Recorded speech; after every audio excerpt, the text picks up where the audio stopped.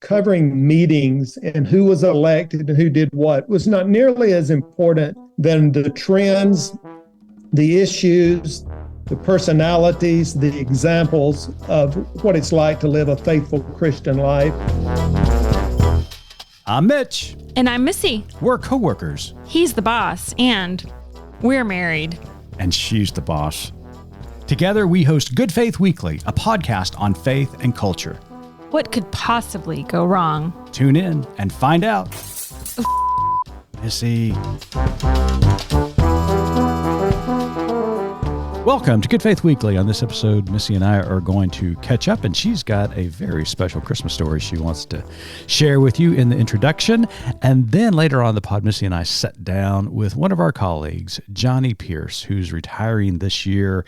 We have a great conversation recalling his past and all the stories that he's covered throughout his career. It's a delightful conversation that you're going to take listen to. So stay tuned. It's going to be a great episode.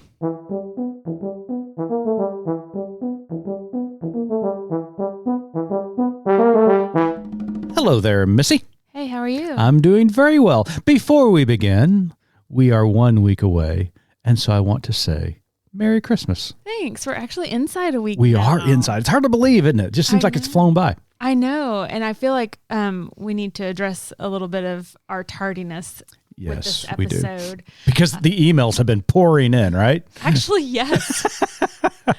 Oh, one of them? So, yes. I think one other time we've dropped an episode late, and I can't remember what the reason was. It was recently. Right. And so this week, or this episode that was supposed to have dropped on Last Friday is now being dropped on a Tuesday, which I guess that just puts us in the category of like music stars, right? Because that's when you release new music or books. I don't know. I'll go with that. I'm liking that, yeah. Anyways, so yes, we are a little bit tardy with this episode, but I want to just say that we want to let our listeners know that our media producer, Cliff, lost his mom last week. Yeah. And so with that, you know, life sometimes just happens, and our thoughts, prayers, and condolences go out to him and his family in light of that, and also just some other, you know, scheduling things we had. We made the decision to delay the release of this episode to give him time with family, and we thought, you know what, our listeners will love hearing from us twice the week before Christmas anyway. That's right. So. Yeah. And a lot of our listeners do know Cliff and some of his family members. And, you know, we talk so fondly of Cliff. And I mean, he is our media producer extraordinaire and makes us better each and every week.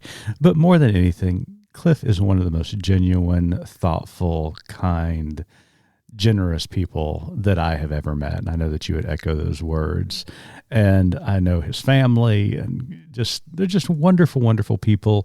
And there's a reason they are so wonderful. And they honored that person last week and that of their mother. And so we wanted to respect that and give him plenty of time with his family, and as they gathered down in Alabama to remember her. So our hearts and hugs and all kinds of love go to Cliff and his family during this time.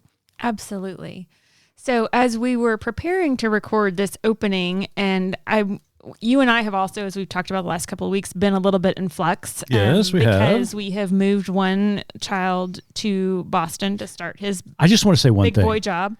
After the last 2 weeks, Santa's got nothing on us. Oh, 100%. Absolutely. I mean, he may have a big red sleigh, but we had a golden Buick LaCrosse that's, 12 years old? Well, and also, yes, we had broker's fees and oh my goodness, apartment deposits and first and last month's rent, all those things that, you know what, when you're 22 years old and starting your first job, you don't have that. Anyways, that's a whole nother long episode. story short. But yes, you are right. Santa's got nothing on us this year. In fact, our youngest son has appropriately coined this Christmas Investmas. That's right. Because that's pretty much what we're doing. We are investing in his future. Well, yes. So anyway, yes, we moved one kiddo to Boston, and then a previously planned visit out to our oldest son in Los Angeles for kind of a Christmas type gathering was already in the works. Which I've never had a California Christmas. It was kind of fun. Sure. Yes. No, it was wonderful to see our son. He took us to see some amazing things, but California as a whole is just, or actually Los Angeles as a whole is not my absolute favorite place, but my kid's there. So it is automatically by default my favorite place. True. So we bounced from coast to coast taking care of our kids. Now we're back home and like have to get in the mode of Christmas, even though they're not going to be home. So now we've got to figure out kind of what we're doing. We have no idea. In any case, so I'm going through this morning photos, trying to just look at some memories and try to spark some stories that maybe we could always share, a fun thing to do with our audience for Christmas. And I do have one for our next episode that's going to be great. But for episode, what a teaser! Nicely done. For this episode, I just wanted to tell this quick story because it made me laugh when I recalled it, of unexpected revelations that happen on Christmas. And for those of you who are parents and may have little kids in the car, no worries. Yeah. This is not that kind It's not that kind of story. Not that kind of revelation, but it still might be a little bit, I don't know, maybe traumatic for kids. Let's just say this. It's going to give the kids something to talk about with their therapist later on in life. Sort of Christmas related, just because it happened on Christmas, but not Christmas themed. Okay, so our regular listeners may remember us telling some stories about our dog, Lucky, that we had. How can you forget Lucky? Years ago. He is the result of my first and only ever conviction in court. I wish I could remember exactly which episode I told that story on. Maybe we can figure it out and link it in the show notes. Anyway, so this dog, Lucky, that we... Yes, I am married to an ex-con. I just realized that. We adopted from the pound years, I don't know, early 2000s, I guess. Because it was one of those things where he was about to be euthanized because he'd been there so long. And of course, pulls on our heartstrings. The boys wanted a dog, blah, blah, blah. He's a little beagle. So we go adopt him. In many ways, a great dog. Oh, yeah. But we learned very quickly there was a reason he was in the pound. Yeah. This dog was an escape artist. And he was, a beagle in the hound family. So they follow a scent wherever it takes them. They just do. So this dog had, even though the boys adored him, we liked him too, had run away, but not necessarily run away. He was just an escape artist. According to the boys, he ran away all the time. Yeah. And it was tears and prayers and the boys making signs to put on, telephone poles around the neighborhood. It was just gut-wrenching. Real quickly, the craziest time is when he got out of the backyard. It was gone for at least a day. And we never knew that he knew the front door. Only time he saw the front doors was the day he came into the house, but usually stayed out in the back and roamed around there. Well, late one night, we get this scratch at the front door, and it's Lucky. Yes, he's hungry, so he came home. After a day. That's the other thing. His dog would eat and eat and eat. Anyways, so he always came back. Yes. But, okay, this story is going to be way too long. Okay, so it actually happened to be December time when we were in the middle of transitioning. We were looking for a house here in Oklahoma, getting ready to move. And the boys and Lucky, the dog, were staying with my parents while we came up to do house hunting one weekend. And so while we were here in Oklahoma, I get a call from my father who says, "Hey, Lucky got out." Right. Because of course he did. He said, the boys are upset. What do you want me to do? I was like, well, I don't know. I mean, I guess go check the pound. So the next day, my dad went and checked animal shelter there in his town, and there sat Lucky. He had been picked up, apparently. And we had learned our lesson from your previous conviction. I know. Exactly. I didn't want to get convicted again for having a dog unrestrained because I had already been convicted once for this and paid a hefty fine. Anywho, so I told my dad, I said, you know what, just leave him. Let me think about this for a minute. So you and I talked, and we had just decided that the heartbreak the boys went through every time this happened was so torturous that we just didn't want to go through it again. We were going to take a stand. And so to a point. Anyway, so I told my dad, I was like, just leave him there for a minute and let's just go back, or you can go back this week and see if he gets adopted. If not, we will just go. We were rolling the dice. Quote unquote. We'll go quote unquote adopt him so that we don't have to pay a fine. I don't have to go to court again. Right. So anyways, so the boys obviously were heartbroken because like he had run away and he was lost forever. Yeah. They did not know Any of this. any of the behind the scenes. All they knew was that he had run away and could not be found. A few days later, Lucky's gone from the shelter. He's been adopted. There's another sucker out there. There's another sucker out there that got him. And rest assured, my parents at that time were living in a very affluent area. Lucky definitely upgraded. He's definitely upgraded. Definitely upgraded. So he had been adopted. So that was it. All the boys knew was that he had run away and never to be found. Right. Okay, fast forward like 15 years. Because I mean, it's just something you don't tell your kids, right? No. So this is, again, the Christmas tie-in here. Yeah. They're adults at this time. So this is literally a couple of years ago, probably 2019 because it was pre-COVID. Yeah. The boys are home from college. All the family's here. We're doing having our a big great time. Christmas gathering, and presents have been opened, and we're just sitting around chit-chatting, and something happens, and my dad brings up, oh yeah, that time Lucky was in the pound and I didn't get him. And the boys said, I mean, what? laser eyes right to you. So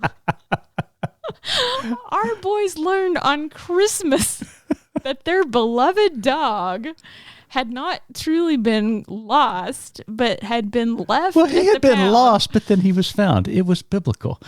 Okay, it was biblical. There you go. So, anyways, that's the memories I was scrolling through photos that popped in my head of this story of our Lucky. poor kids.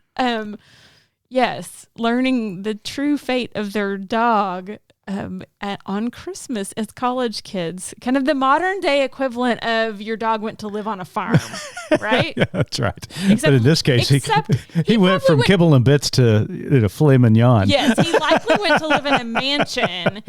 Yes, in a very affluent area. So, yeah. Props to you, Lucky. You upgraded successfully, and our boys are now thoroughly traumatized by our lies and have now questioned everything else we've ever told them. Exactly right. Oh my goodness. Well, Missy, you and I get to sit down with one of our colleagues this week, Johnny Pierce. Johnny is retiring here in a week or so, and we're wishing him all the best. And so we get to sit down and talk to him about his decades of being in journalism and the stories that surprised him, that challenged him. And just look forward to sitting down and talking with him. And we hope that everybody enjoys our interview with him. Yeah, Johnny has a long history of writing and print. We finally coerced him into getting on the pod, doing some audio recordings. So it's kind of fun to hear him in a different medium. Absolutely. So stay tuned. I've always been struck by the scriptures we avoid reading, the stories we don't want to tell in church. I'm Brett Harris, and that's what You've Never Read This, a new series from God Knows Where, is all about. We'll read from prophets and histories we've hidden from ourselves, even words of wisdom and warning from Jesus that we've likely never heard. As with everything we do here, God knows where this will lead us, but I hope you'll join me. Find God Knows Where on your favorite podcast platform.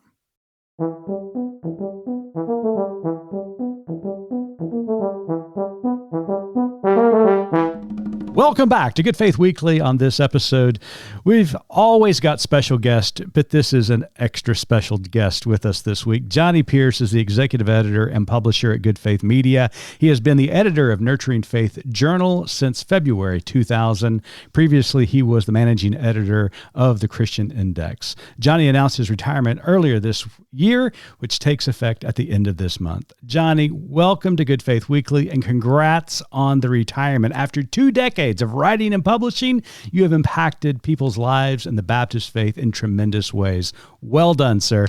Well, thank you. I have never retired before, so I don't know how to do this, but I'm trying to prepare myself for whatever is ahead. Well, Johnny, if I know anything about you, it is that you are a storyteller, whether that's face-to-face or in written form. No one I know or have ever met before matches your ability to always have a great story at the ready in any circumstance. So during our conversation, we thought we might just kind of take a little walk down memory lane and ask some specific questions for you about your time as a storyteller, which will not end with retirement, I know. So my first question that I want to ask is, what was one story you covered that changed you more than others? Doing interviews, it's funny that you would say storytelling, because that's the way I think of doing interviews. And people, often I will ask someone if I can do a feature story or do an interview with them. And the thing I appreciate most is when they tell me, hey, you're asking questions other people have not asked, or you understand this a little better. Or if I write a feature story and the person I've been writing about has said, oh, our organization's been covered in the media many times, but you're the one that gets it. And so trying to tell those stories accurately and with a different angle, it's been something I've really enjoyed doing. The one that comes to mind that had an impact on me was an opportunity to interview Vincent Harding. And he was a co-worker in the civil rights movement and also a biographer of Martin Luther King Jr. He's died in recent years, but Dr. Harding spent his latter years at Atlanta University Center, Morehouse College, doing some research there. And someone I know from Americus, Georgia, Kirk Lyman Barner, was working on a project for Koinonia Farm. This was in 2012, I believe. And the project was a symposium on Clarence Jordan that marked the 100th birthday, what would have been the 100th birthday of Clarence Jordan, the founder of Koinonia Farm. And Kirk was talking with Clarence Jordan's son, Lenny, who mentioned to him that Clarence and Martin Luther King Jr. had only met one time. And that story had never been told. Wow. So I was thrilled when Kirk said, hey, will you do this interview with Dr. Harding and I'll videotape it for the symposium? And so we met at Morehouse College at the library there. And it was just remarkable to talk with Dr. Harding about that occasion. It was in December 1961 at a physician's home in Albany, Georgia. People in South Georgia call it Albany, Georgia. And Clarence Jordan and Martin Luther King Jr. met. And the line that struck my attention most was Dr. Harding said they had loving respect, but clear disagreement. And so I made that the title of the article. And what they disagreed on was boycotts, because Martin Luther King Jr. had used boycotts effectively, starting, or maybe not starting with, but most well known for the Montgomery bus boycott. But they boycotted grocery stores and all sorts of things as a major tool for civil rights. Clarence Jordan and Koinonia Farm was on the receiving end of boycotts because the local business people would not buy their products nor sell them the farm products they needed. In fact, they had to turn to mail order business to succeed because that's federally protected. So all their pecans and peanuts and things that they sold, fruitcakes, they could sell through the mail. They had a great slogan. It was called "Help Us Send the Nuts Out of Georgia." I can assure you they haven't shipped all of them out. But that was just a remarkable story, because not only those two people that I respect so much, who had a common goal, but they were comfortable disagreeing in a way that was respectful. And I think that's a lesson that I always need to learn, and perhaps others do as well. Well, John, you have interviewed and covered presidents, denominational leaders, lay leaders, politicians. I mean, you have been doing this for so long and have talked to so many people.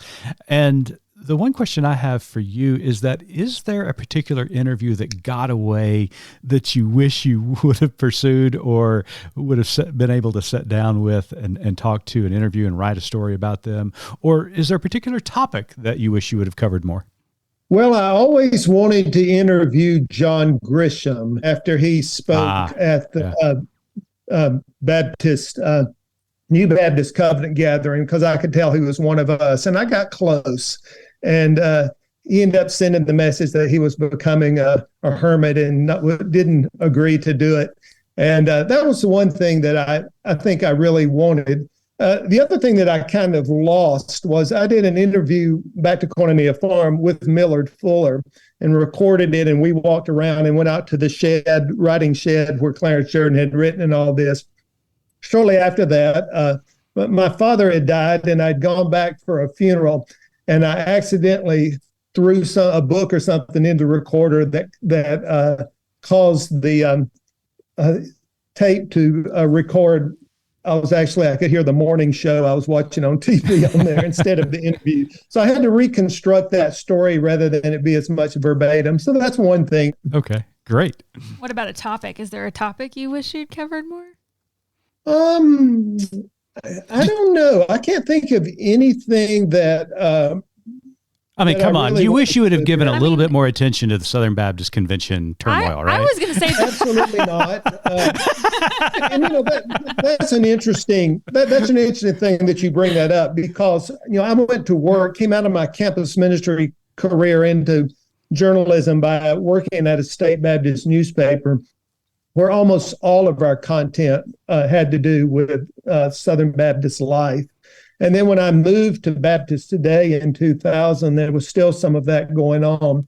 But I had a real idea of shifting, because I realized that covering meetings and who was elected and who did what was not nearly as important to me nor to our readership than the trends, the issues, the personalities, the examples of what it's like to live a faithful Christian life, and particularly in the Baptist tradition. So that was a real conscious effort to move away from that institutional kind of coverage to covering the trends and issues and things that I believe impact individual faithfulness as well as congregational life.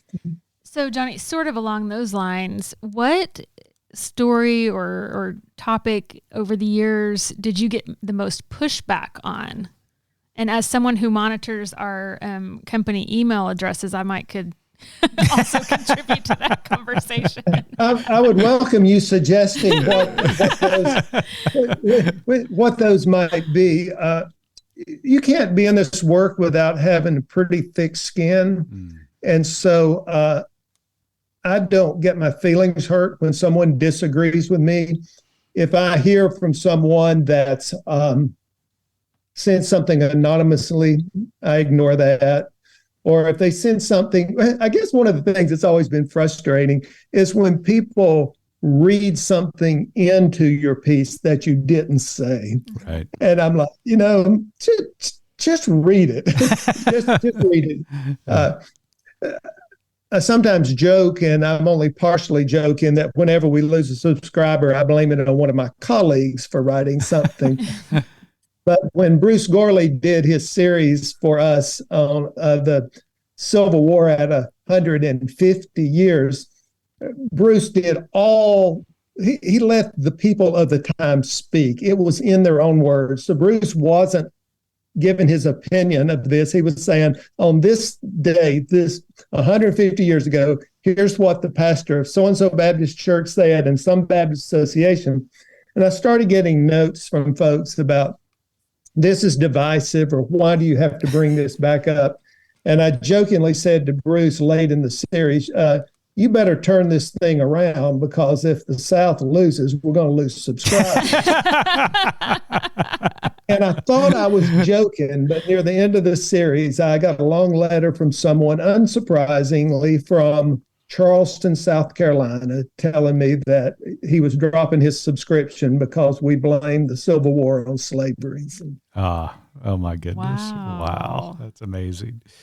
So Johnny, I mean, again, you've talked to so many people. Has there been an interview in your career that was really surprising to you that, you walked away thinking, wow, I didn't expect that?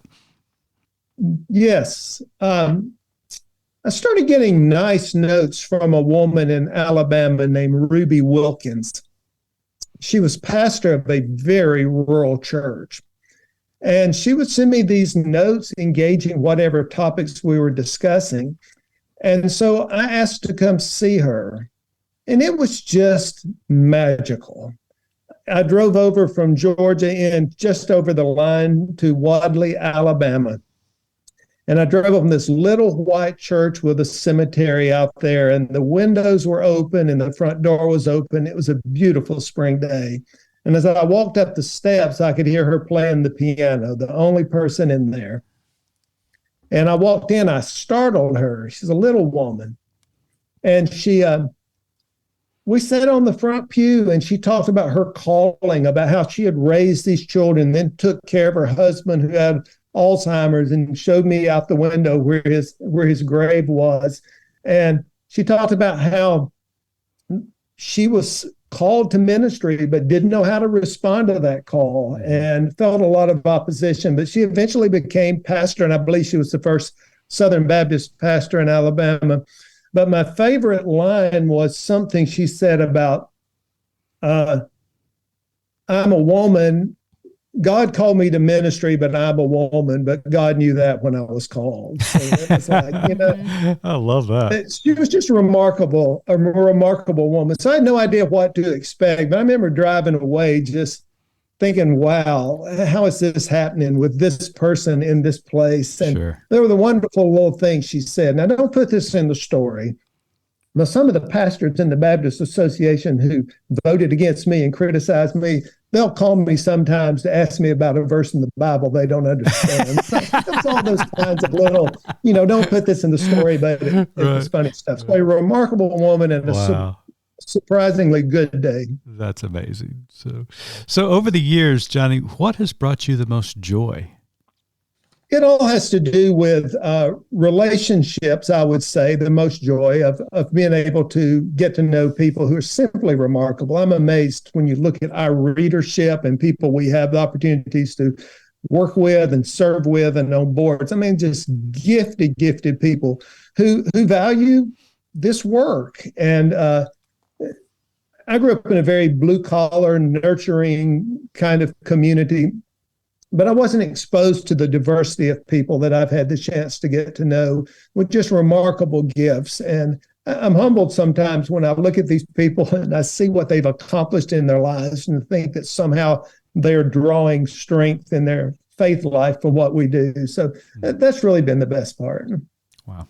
So Johnny, in your final column as editor of Nurturing Faith Journal, which is titled My Last Words for Now, you asked many questions, such as, did I speak truth when it was unpopular but needed? And did I use my privilege and power to give voice to those who are hushed or struggling to find words? However, probably the most intriguing question I thought involved your daughters. You imagined a future after you departed this world and someone found your writings and asked your daughters, was this your dad? What do you hope they say, and what do you think they will say? Well, we'll have to ask them what they may say.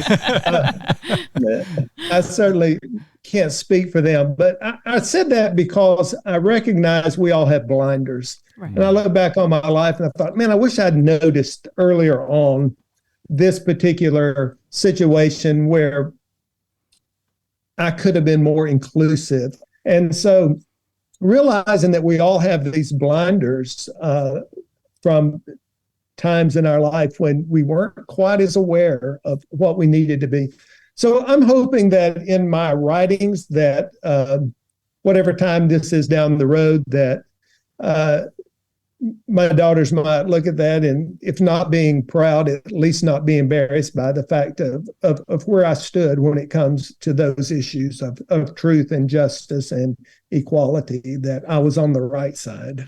Well, after working with them to create your retirement party this last summer, I can guarantee you they are so proud of their dad.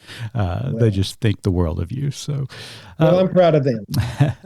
Well, Johnny, it's been a great career, but we know as we have gotten to know you over the years that you're not going to be able to sit still. We know that you're going to be on a hiking trail somewhere, but you're not going to continue the work that you have established with Jesus Worldview. So tell us a little bit about what's next on the horizon for you.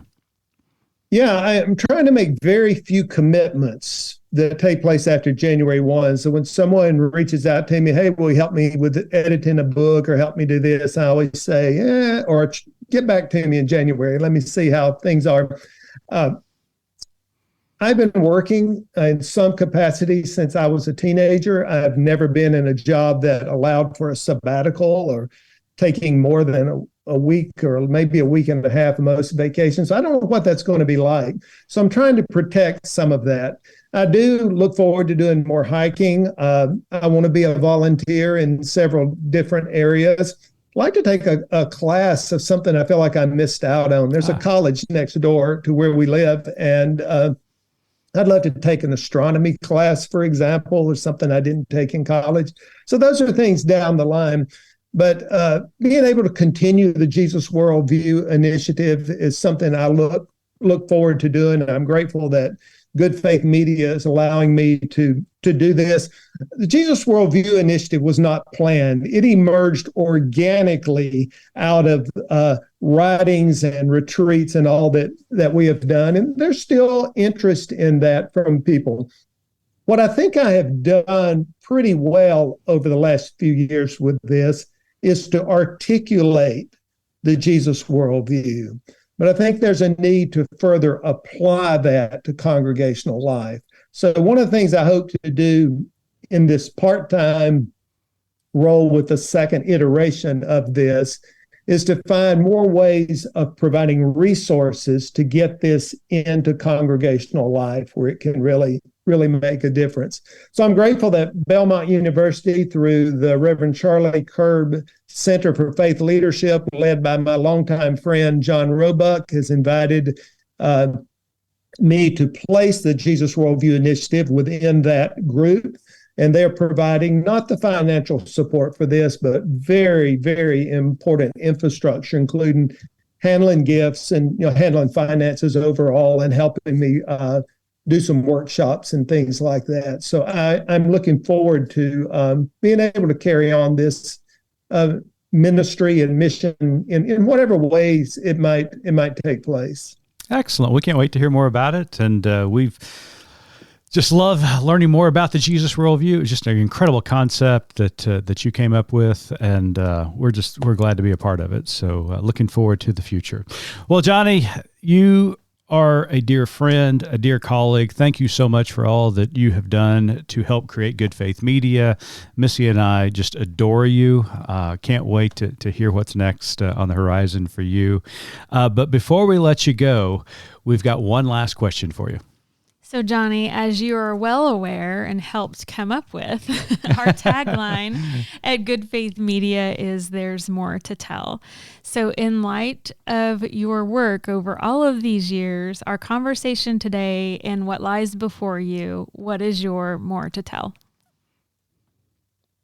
That there's always someone out there who's hearing or reading what we are saying and are considering it for the first time. So often we don't know whether those words are making a difference. But then all of a sudden I'll have someone send me a message or whatever and say, this made a difference. And there are a lot of people out there. I was sorting my books the other day, and in light of Rosalind Carter's death, was paying particularly attention to the books by the Carters that I have. And this note fell out of one of the books that was from President Carter to me, saying how proud he was of our publication.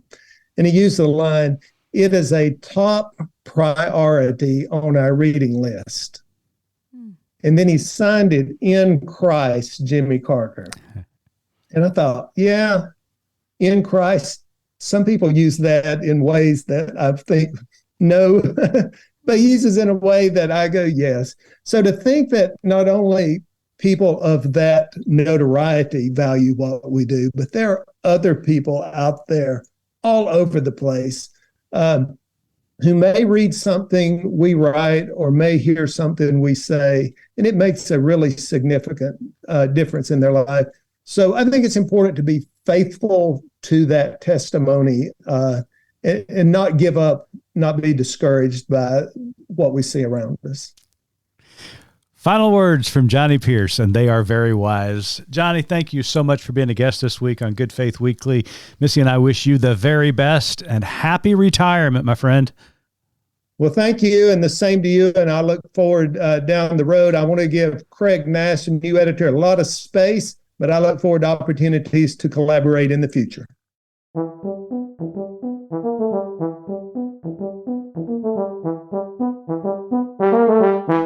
I don't know about you, Missy. It's always a joy to sit and just listen to Johnny tell stories and visit with him.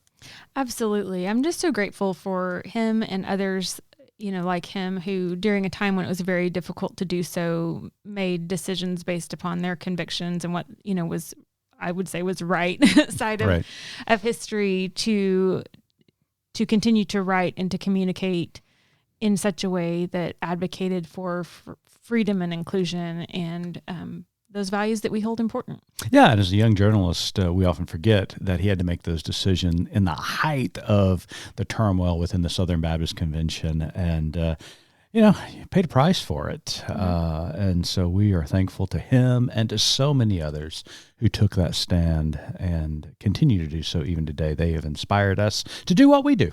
Yeah, and I think what people don't realize, maybe who just hear snippets and headlines on the news, is, a lot of those big name pastors or religious kind of figures who have gone the way of more fundamentalist ideology, did so not necessarily out of conviction, but because they, knew the way the tide was turning and what was going to be the safer choice and more lucrative choice.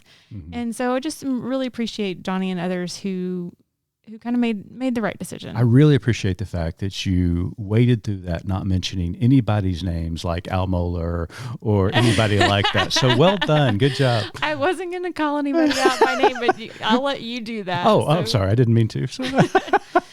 So we appreciate Johnny and others who did stand by just what they felt was the right thing and have enabled us to continue work.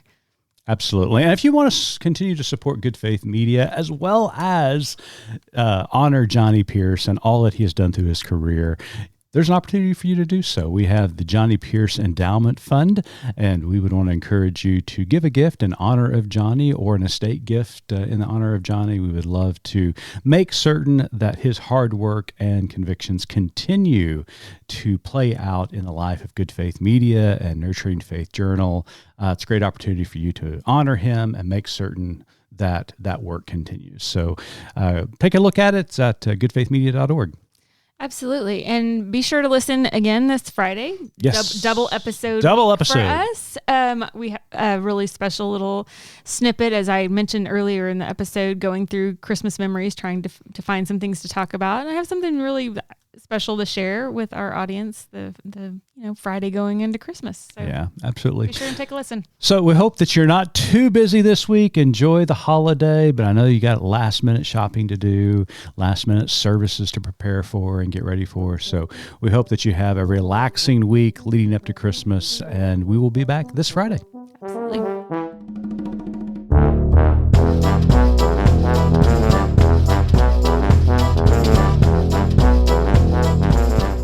You've been listening to Good Faith Weekly, hosted by Mitch and Missy Randall. This weekly podcast from Good Faith Media discusses matters of faith and culture. Subscribe wherever you get your podcast and give us a like and a glowing review. We produce the podcast out of Norman, Oklahoma. Our music comes from Pond 5. And we're supported by listeners like you. Learn more about us at goodfaithmedia.org.